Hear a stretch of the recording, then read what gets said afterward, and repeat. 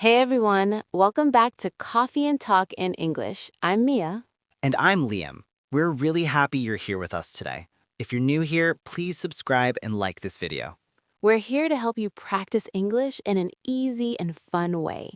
Today, we're talking about overthinking and anxiety in a calm, practical way with real phrases people actually use. All right, ready? Let's go. Grab a coffee and let's chat. Okay, Liam, let's start simple. What does overthinking mean to you? For me, overthinking is when my brain won't stop replaying something, like a loop. A loop is when something repeats again and again. Exactly. I'll think about one message I sent, then I analyze it, then I analyze my analysis. That's so relatable. And analyze just means to examine closely, like you're investigating it. And anxiety is like a body feeling too, not only thoughts. Yes, sometimes it's mental, like racing thoughts. Sometimes it's physical, like your chest feels tight or your stomach feels weird. Right, and we're not trying to be super deep or clinical today, just real life talk. Exactly. How people talk about it casually and what they say to cope, so you can understand conversations and also express yourself. I think a lot of learners know the word anxious, but they don't know the other common phrases. Like, I'm stressed, I'm overwhelmed, I'm on edge. On edge means you feel tense, like you're easily irritated or startled. Or, I can't relax. Or, my mind won't stop. Let's do a mini scene. Imagine someone asks, "Are you okay?" And you don't want to give a long explanation. Right. You can say, "Yeah, I'm okay. I'm just a little anxious today." A little is a softener, it makes it gentler. Or, "I'm a bit stressed." A bit is also a softener, like a little. Another phrase is, "I'm in my head." That means you're stuck thinking, not fully present. Like you're living inside your thoughts. And if it's intense, people say, I'm spiraling. Spiraling means your thoughts are going downhill fast, often to worst case scenarios. It sounds dramatic, but people say it a lot in casual conversation. Okay, so today we'll cover common feelings words, how to describe what's happening, and what people say to calm down. And how friends respond, because that's real conversation too. Let's talk about the most common pattern, the worst case scenario. Worst case scenario thinking is basically when your brain jumps to the worst possible outcome. Like, they didn't reply, so they must be mad. Or, I made one mistake, so I'm gonna fail everything. Exactly. And you'll hear people say, I'm catastrophizing. That word exists, but it's a bit advanced. In everyday talk, people usually say, "I'm going to the worst case." Or, my brain is going there. Or, "I'm assuming the worst." Assuming means believing something without proof.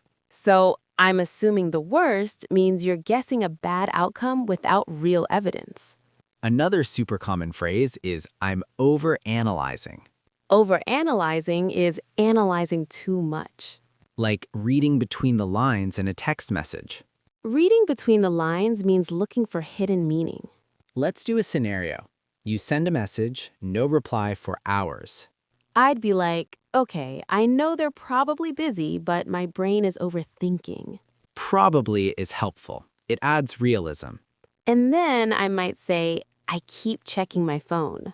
Checking your phone repeatedly is a common anxiety behavior. Another phrase is, "I can't focus." Yes, or I'm distracted.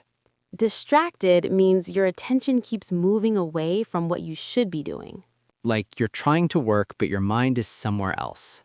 And sometimes anxiety shows up as irritation.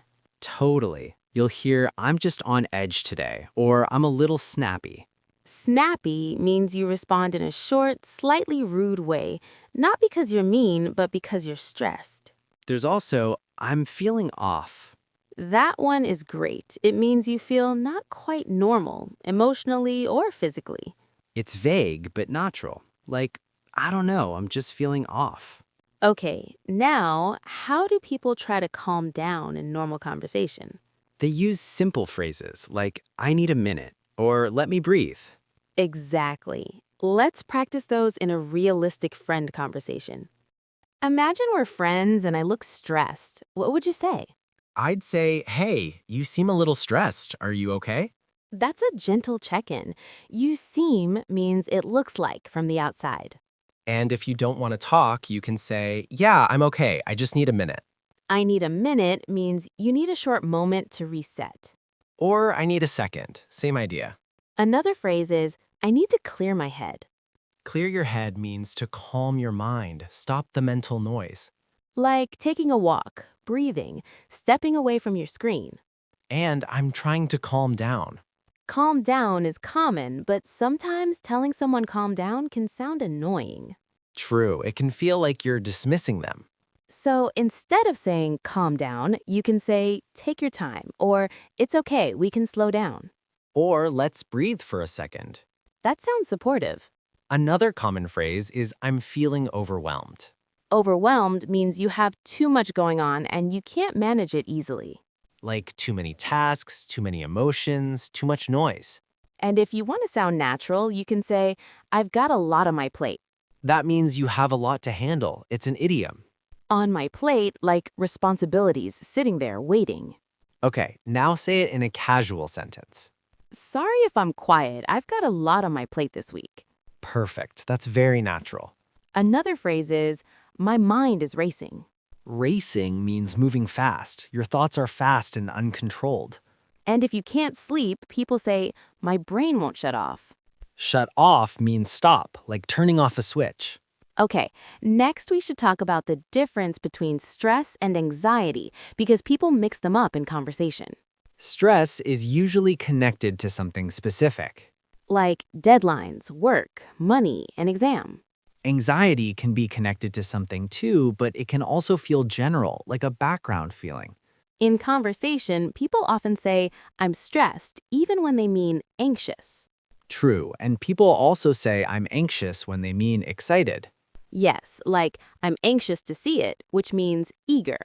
But most of the time, I'm anxious means nervous or worried. Another casual phrase is, I'm worried. Or I'm nervous.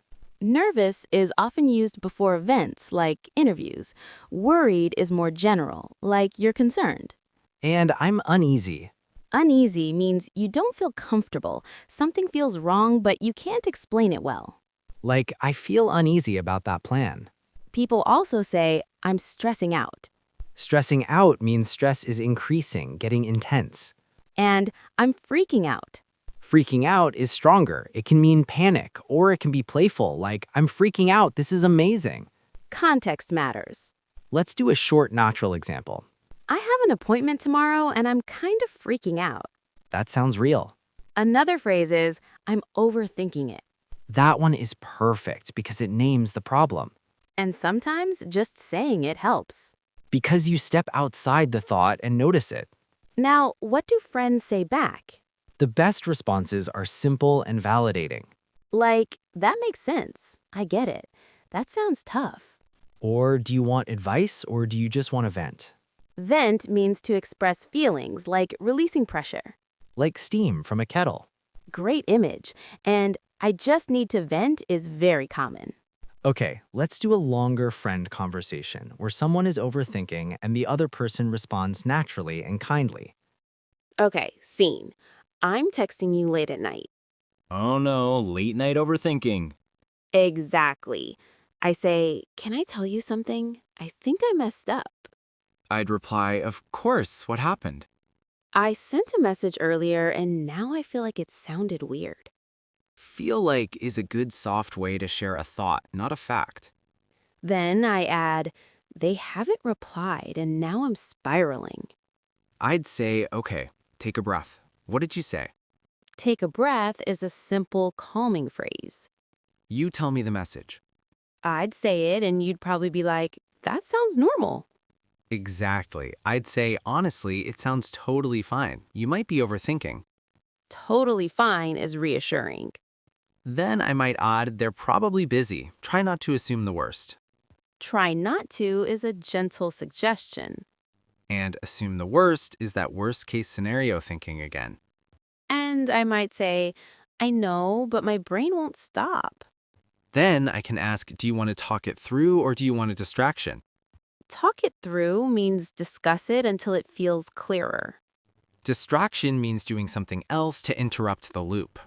Sometimes distraction is the best, like, tell me something funny. Or send me a meme. Exactly. Real life solutions. And sometimes practical steps help, like putting your phone away. Yes, you can say, I'm going to put my phone down for a bit. Put it down means stop using it. Also, people say, I need to ground myself. Grounding is calming yourself by focusing on the present, like what you see and hear. It's a little advanced, but it's common enough now. And if you want a simpler phrase, I need to get out of my head. That is supernatural. It means stop thinking so much. Okay, now let's switch to anxiety in social situations because that's also very common. Social anxiety talk is really common. Even people who seem confident experience it. Absolutely. People say I get anxious in crowds. Or big groups drain me. Drain me means it takes your energy away. You might also hear, I feel awkward. Awkward means uncomfortable in a social way, like you don't know what to do. And I feel self-conscious. Self-conscious means you're very aware of yourself, worried about how you look or sound. Another phrase is, I'm not a people person. That means you don't love socializing, or you prefer quiet time. And I'm an introvert. That's common too, but you don't have to label yourself to explain your feelings. Let's do a scenario. Someone invites you to a big party. You can say, I'd love to, but I'm not really up for a big crowd tonight. Up for means ready for, willing to do. Or I'm kind of wiped. Wiped means exhausted. If you still want to go but you're nervous, you can say, I'm a little anxious, but I'll be fine once I'm there. That's realistic. Or I just need a minute to warm up. Warm up is like getting comfortable. And at the event, if you need a break, you can say, I'm going to step outside for a second. Step outside means leave the room briefly. Very normal, very natural. Another helpful phrase is, I need some quiet. Or I need a breather. A breather is a short break to breathe and reset. These are practical phrases you can actually use. Exactly. We're not trying to sound poetic. We're trying to sound like real people. Okay, now let's talk about anxiety at work because people talk about it differently there.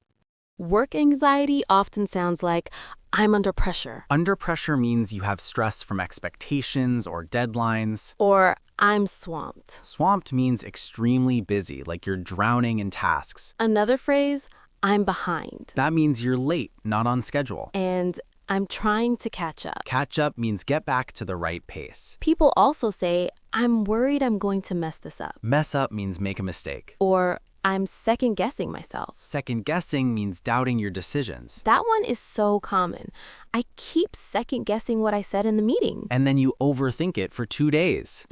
Exactly. In professional settings, people often soften their language. Instead of I'm anxious, they say I'm a little concerned or I'm feeling a bit stressed. Concerned is more formal and safe for work. And if you need help, you can say, can I get your input? Input means your opinion or feedback. Or could you take a look when you get a chance? That's polite and natural. If your anxiety shows up as perfectionism, you might say, I'm overthinking the details. Or I'm getting stuck on this. Getting stuck means you can't move forward. Then a coworker might say, don't worry, you've got this. You've got this means you can do it. It's encouraging. Or let's break it down. Break it down means divide the task into smaller pieces. That phrase is practical and calming. Okay.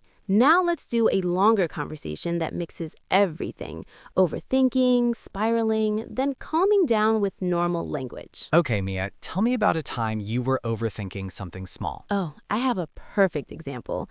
I was late to meet a friend, like 10 minutes, and I started thinking they were going to be annoyed. And were they? Not at all. They were like, no worries. No worries means it's fine, don't stress. But in my head, I was rehearsing an apology speech. Rehearsing means practicing, like for a performance. Exactly. I was like, I'm so sorry, traffic was horrible, I feel terrible. That's classic. And then I realized I do this because I want to control the outcome. That's a good point.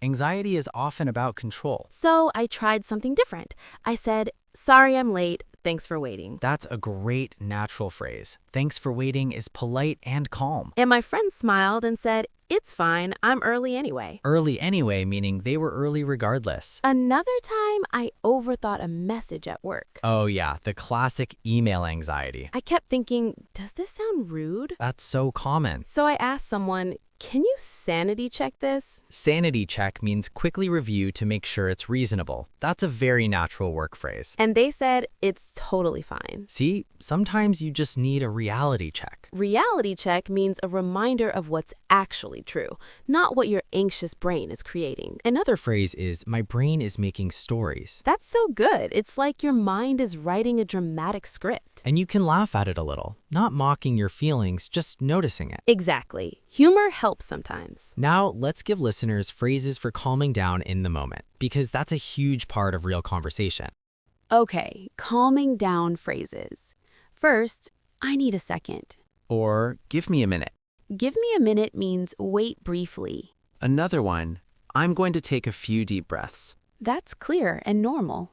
If you're overwhelmed, you can say, I need to step away for a bit. Step away means take distance, pause the situation. And for a bit means for a short time. If your thoughts are racing, you can say, "My mind is racing. I need to slow down." Or, my thoughts are all over the place. All over the place means scattered, not organized. If you're nervous before an event, you can say, I'm a little nervous, but I'll be okay. That's reassuring to yourself. And if you want support, you can say, can you talk me through it?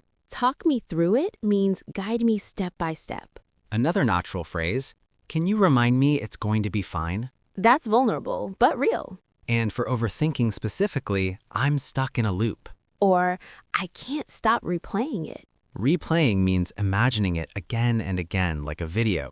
If you want to interrupt the loop, you can say, I need a distraction. Or let's switch topics. Switch topics means change the subject. Also, sometimes the best move is naming it. I'm overthinking.